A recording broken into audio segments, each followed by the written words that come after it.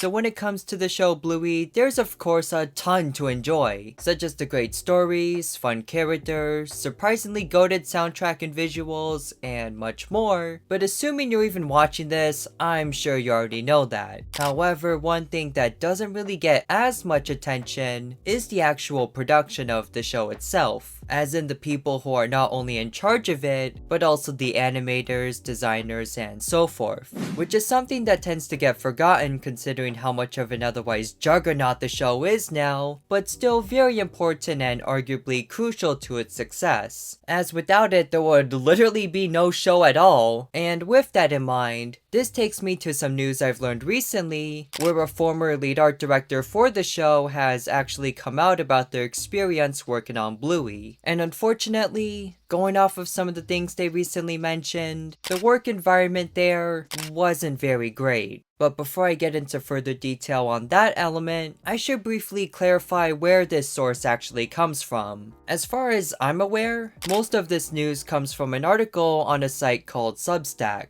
a site used by writers and other creative types to publish articles about their work. And in regards to the articles that matter for this specific story, they come from a series published by a user known as Good Sniff, also known in real life as Katrina Drummond, whose real name I'm only mentioning because it's publicly available on their Instagram account, so don't worry, I didn't dox this person, at least I hope not. And when it comes to proof that this person actually did work on the show, I actually checked a few Bluey episodes to see if they were credited, and it does in fact appear at the end of episodes from season 1, which checks out given their career history and description in these articles. And speaking of the articles published on Substack, we'll of course get into those now. For further context, these are actually a whole series delving into Good Sniff's experience designing for the show, such as how she landed the role right after it got greenlit, the thought process behind designing things such as the healer house itself, as well as the show's general art style, and finally of course, her actual thoughts and experiences working on the show in general, which to be honest, I highly recommend checking out, as it's a genuinely fascinating insight into why the show looks the way it does, and what it feels like to try and find a place in an industry that is as busy or chaotic as animation. And speaking of the chaos, let's get back to that claim I mentioned at the start, because what they stated in regards to that was, dare I say, a little bit concerning? Because while animation is quite known to be a demanding industry, the work being done for the show early on seemed to be a particularly exhausting experience, as Good Sniff describes lots of crew reportedly working as much as 13 hours a day, with no overtime pay to compensate for all this trouble. And even outside of working tons of hours in unpaid overtime, some of the work logs in her article even seem to indicate that they sometimes had to work as much as 7 days a week with no days off on some occasions. And in general, it just seemed as if the work environment on the show more or less required it to be a priority over just about anything else. And to make matters somehow even worse, Good Sniff even recalls doing so much work that they actually ended up getting a strain injury on their wrist. And as you can imagine, a significant amount of mental stress as well from how much work they needed to get done. And because of all of these difficulties, Good Sniff would ultimately decide to not continue working on the show past season 1. Citing burnout as the primary reason. Also, by the way, I wasn't originally going to include this, but for this specific article, or chapter as it's called, there were actually comments on it from other people who've actually worked on the show, including this interesting one from a former editor, who claimed that it wasn't uncommon for Joe Brum, the creator of the show himself, to yell at some people in the crew, and that when he requested emergency time off, he was just told to make up for the time later with little care or regard.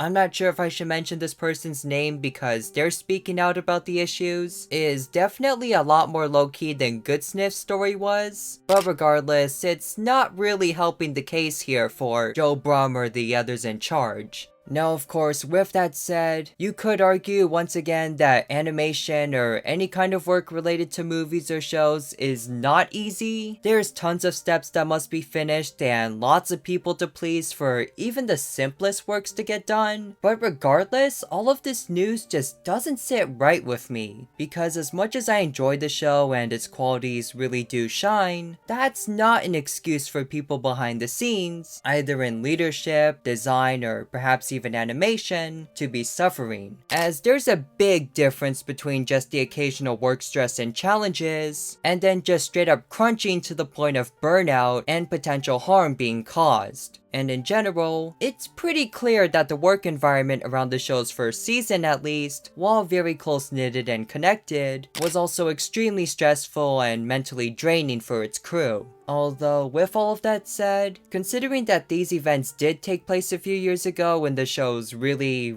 early stages, I would like to imagine that work conditions have greatly improved since, and that hopefully, the people in charge such as Joe Brum or the others involved have learned much more about maintaining a greater balance. As I don't think people like Brum or the others were intentionally trying to hurt the other creators they worked with, or neglect their mental needs, but overall, this story is just not a great look for the show and its production, and if anything, brings up some concerns about how the show is produced in general, because with it now being a massive financial juggernaut, this could inevitably put on pressure for more and more content, which naturally could mean much more work. And to know that the crew behind the show even today are probably working as much as they can already, either in actually Bluey itself or other projects, this makes me a bit worried that crunches like these could still possibly happen, or at least be a concern in the future as things change. Although, to make it very clear, I don't work at Ludo, with Joe Brum, or anything related to Bluey itself, so this is just pure speculation on my part. Once again, I do believe and hope that things like this don't happen anymore, but I can't say for certain either way. And in general, past or present, I'm just kinda surprised this actually happened with Bluey of all things, as it's mainly done locally and on a much smaller scale than like mainstream Hollywood. So naturally, I just assumed stuff like this didn't really happen here, but unfortunately, it appears that I was definitely wrong.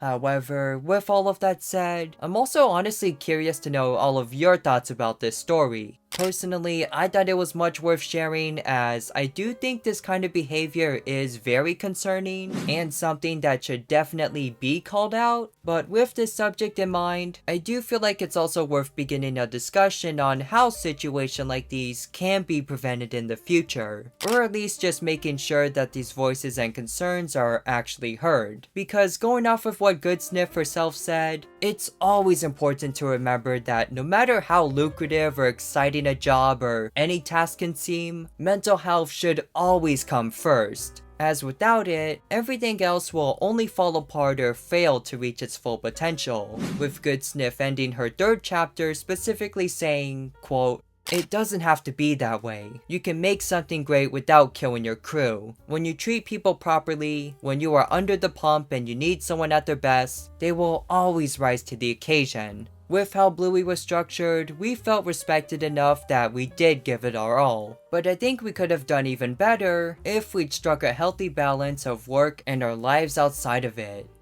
Pretty well said if you ask me. And with that thought in mind, that's gonna be a wrap for today's video. Feel free to sound off in the comments about what your thoughts are, and until my next big video, I'll see you all soon.